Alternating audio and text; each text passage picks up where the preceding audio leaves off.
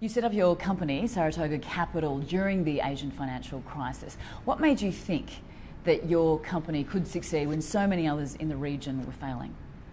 I think at that time was a survival mode. Number two, the view that coming out of the crisis, Indonesia will not be like this forever, like when we were in 97, 98.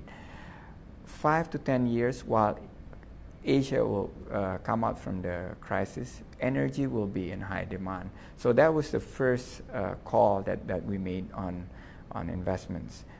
So now that Indonesia is back on top of investment destinations, and it will be investment grade hopefully next year, it's a product of a commitment and of I think a lot of hard work. What drives you? I see all these pretty much paradoxical situations. Number 18 in the size of the economy, number 122 in the ease of doing business.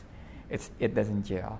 It really ticks me. We should do better. And we see that we are so rich in natural resources, but we can't even produce. I mean, we produce cocoa, but we don't have chocolate factory here. We produce crude palm oil, but we don't have the perfume industries or the soap industries to support that. So we are just exporting of raw materials without being able to process it. Now that ticks me, and I think going 3-5 years ahead, Indonesia must be able to generate that expertise. Corruption is still a major problem here in Indonesia. Do you think enough is being done to stamp it out?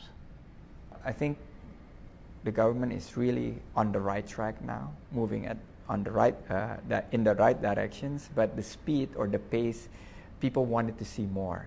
I'm from the business community, and I can tell you that, there's some change. There are a lot of awareness of this, but there are still cases, and how you differentiate cases from a systemic issues. You fix the systems, cases will always be there, but the systems, you got to fix it. Some would say that only a select few are actually benefiting from the resources boom, that the profits are not being distributed fairly, considering the tens of millions of Indonesians still living below the poverty line. Spot on, and I think you hit the nail on its head. Basically, if we're not careful, the rich will get richer, the poor will get poorer, and this gap will be the embryo of the next unrest. So as businessmen, as entrepreneurs, we need to make sure that the wealth is spread more equally, and therefore an equitable growth strategy, an inclusive one that includes the people. And that's why I spend a lot of time on empowering the micro, small, and medium enterprises, the micro entrepreneurs who basically define Indonesia's domestic demand. Why consumer goods products sells very, very well in Indonesia? Because we have a resilient micro, small, medium enterprises space that has been able to pretty much absorb all these products.